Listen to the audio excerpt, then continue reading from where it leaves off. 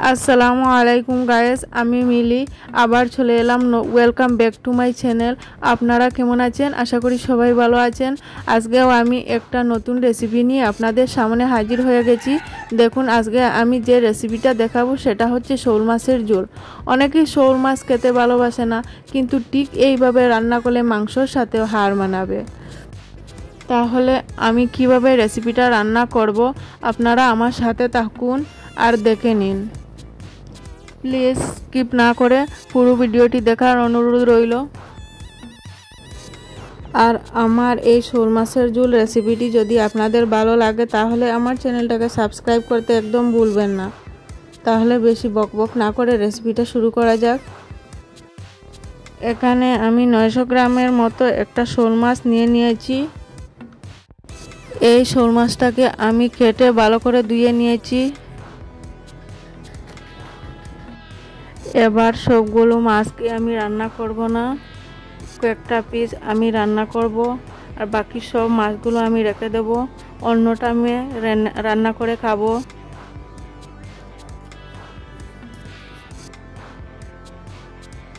এই পিসগুলো আমি রান্না করব। এই পিসগুলোকে আমি ম্যারিনেট করে নেব।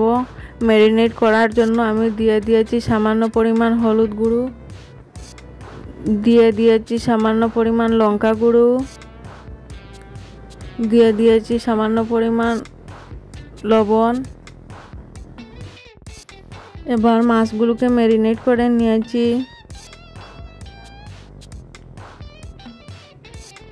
আমার মাছগুলো ম্যারিনেট করা হয়ে গেছে।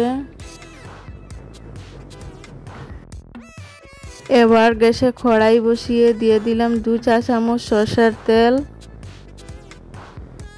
এবার তেলের মধ্যে দিয়ে দেব 1 চুটকি লবণ, যাতে ছিটকি না দেয়।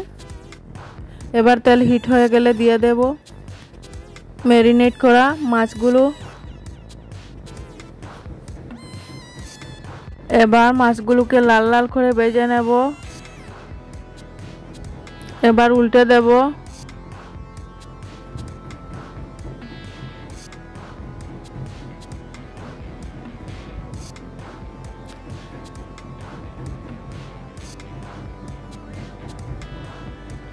মাছগুলো উল্টানো হয়ে গেছে।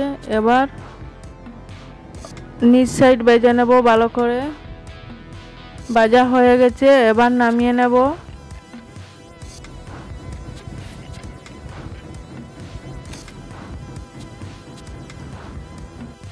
দেখুন, মাছগুলোকে আমি লাল লাল করে ভেজে নিয়েছি। এক্সট্রা তেল আর দেব না। এই তেলের মধ্যে দিয়ে দিলাম গোটা জিরে।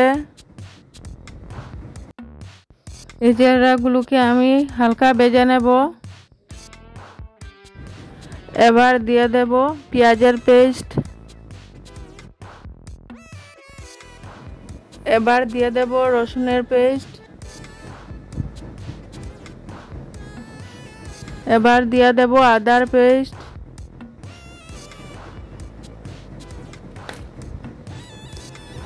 এবার দিয়ে দেব টমেটো কুচি।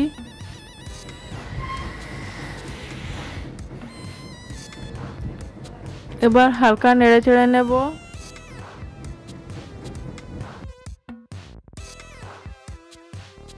এবার দিয়ে দেব কাঁচা লঙ্কা পেস্ট। সব উপকরণ মিশিয়ে নেব। সব উপকরণগুলো মিশানো হয়ে গেছে। এবার দিয়ে দিলাম 1/2 চা চামচ হলুদ গুঁড়ো। এবার দিয়ে দেব 1/2 চা চামচ জিরে গুঁড়ো। দিয়ে দিলাম 1 চা চামচ কাশ্মীরি লঙ্কার গুঁড়ো। এবার মিক্স করে নেব।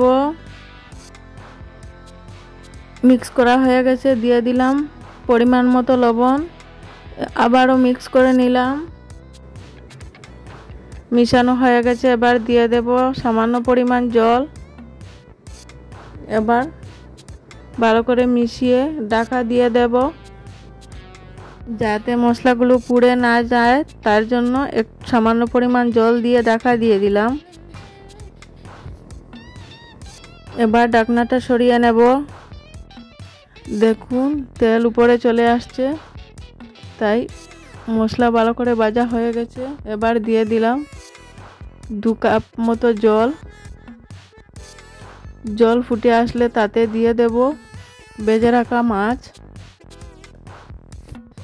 এবার দেখুন জলগুলো ফুটে আসছে, এবার দিয়ে দেব ভেজে রাখা মাছ।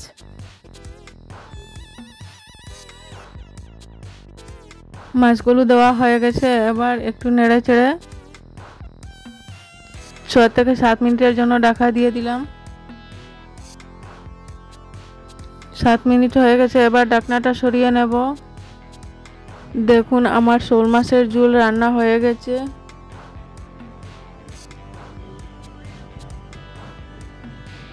আর দিয়ে দেব ছেঁড়া কাঁচা লঙ্কা।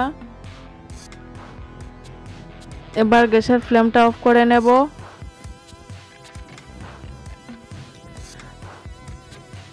আবার দিয়ে দিলাম আরো 1 মিনিটের জন্য ঢাকা, যাতে মাছের কালারটা সুন্দর আসে। দেখুন কি সুন্দর লাল লাল শোল মাছের ঝোল রান্না করে নিলাম। শোল মাছের এই রেসিপিটি আপনারা একবার ট্রাই করে দেখুন, দারুণ জমে যাবে। আর আমাকে কমেন্টে জানাবেন কেমন লাগলো। আশা করি আমার শোল মাছের ঝোল রেসিপিটা আপনাদের ভালো লেগেছে, তাই আমার চ্যানেলটাকে সাবস্ক্রাইব করতে একদম ভুলবেন না। আর পাশে থাকা বেল আইকনটি প্রেস করে অল নোটিফিকেশনে ক্লিক করে নেবেন।